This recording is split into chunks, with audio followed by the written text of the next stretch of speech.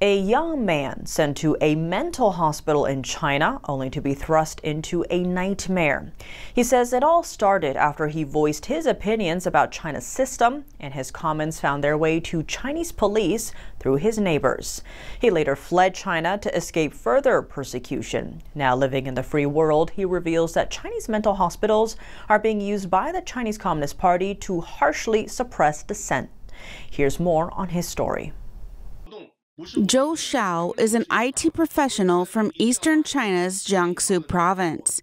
In 2012, he bypassed China's internet firewall to watch a documentary about the 1989 Tiananmen massacre, where Chinese soldiers opened fire on students and citizens.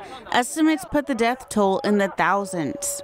But Zhou's decision to share what he learned with his neighbors landed him in trouble. He was reported on to local police and was sent to a mental hospital without medical referral or legal process.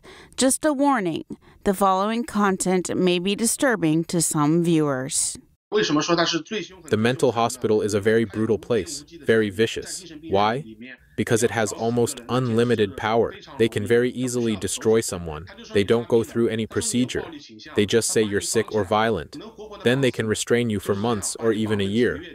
He says staff injected him with unknown drugs and subjected him to other so-called treatments.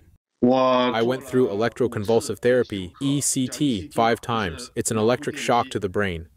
He says the shocks caused memory loss. He also witnessed other practices. They use needles, like acupuncture needles. They inserted many into the body and then applied electric current. They said it's electroshock. They openly admitted it wasn't for treatment, but for punishment. I didn't go through it myself, but I saw others who did. They were in severe pain, screaming and crying uncontrollably. During his stay, he saw at least 3 men die. One from illness, another was beaten to death. A third man vanished and wasn't seen again. At the time, the hospital also repeatedly drew blood from young patients. He believes the samples were used for organ matching, making them potential targets for forced organ harvesting. He was kept in the hospital for 7 months. After his release, he fled China and arrived in Japan in 2019. Chinese are really suffering and pitiful. Chinese people didn't choose the Chinese Communist Party. Instead, the party forced itself on Chinese people and won't leave. I can't help but wonder how the Chinese people ended up with such a ruthless rogues party.